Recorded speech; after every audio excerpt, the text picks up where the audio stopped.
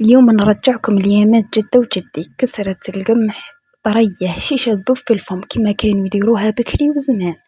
شوفوا واش درت فيها، درت 3 كيلات دقيق القمح، ودرت معاهم كيلا زيت وبيان سور الملح.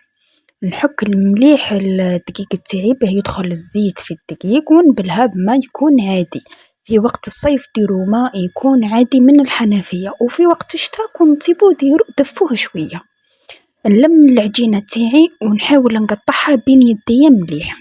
الماء زيدوه بشوية برك باه ما تفدغوهاش وتعشيو حاصلين فيها. خليتها استراحت مليح مليح ساعة زوج نورمال، من بعد نرجع لها. شوفوا لهنا دقيق القمح وكسرة القمح تحب العجين.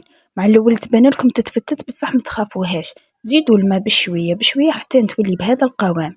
نقسمها على 4 وكل قرصة نلمها بهذه الطريقة، ومن بعد نحللها عادي بالحلال. وفي هذا الوقت كنت حطيت الطاجين يسخن. إذا عندكم طاجين طين يا مرحبا، يجي فيها هايلة. واللي ما عندهاش دير في طاجين الحديد كي حالتي، نقرصها ونحط نطيبها عادي. وباه تجيكم حمرة حركوها، هذا هو السر، هذيك الإحمرار. حركوها وكي تشوفوا البلاصة مازالت ما طابتش ثقلوها بالثقالة. ولا هنا كانت كسرتي طابت. شوفوا الله يبارك جات، وش نقول لكم، جات طرية طرية طرية مع كاس البن هذا وش يوالم.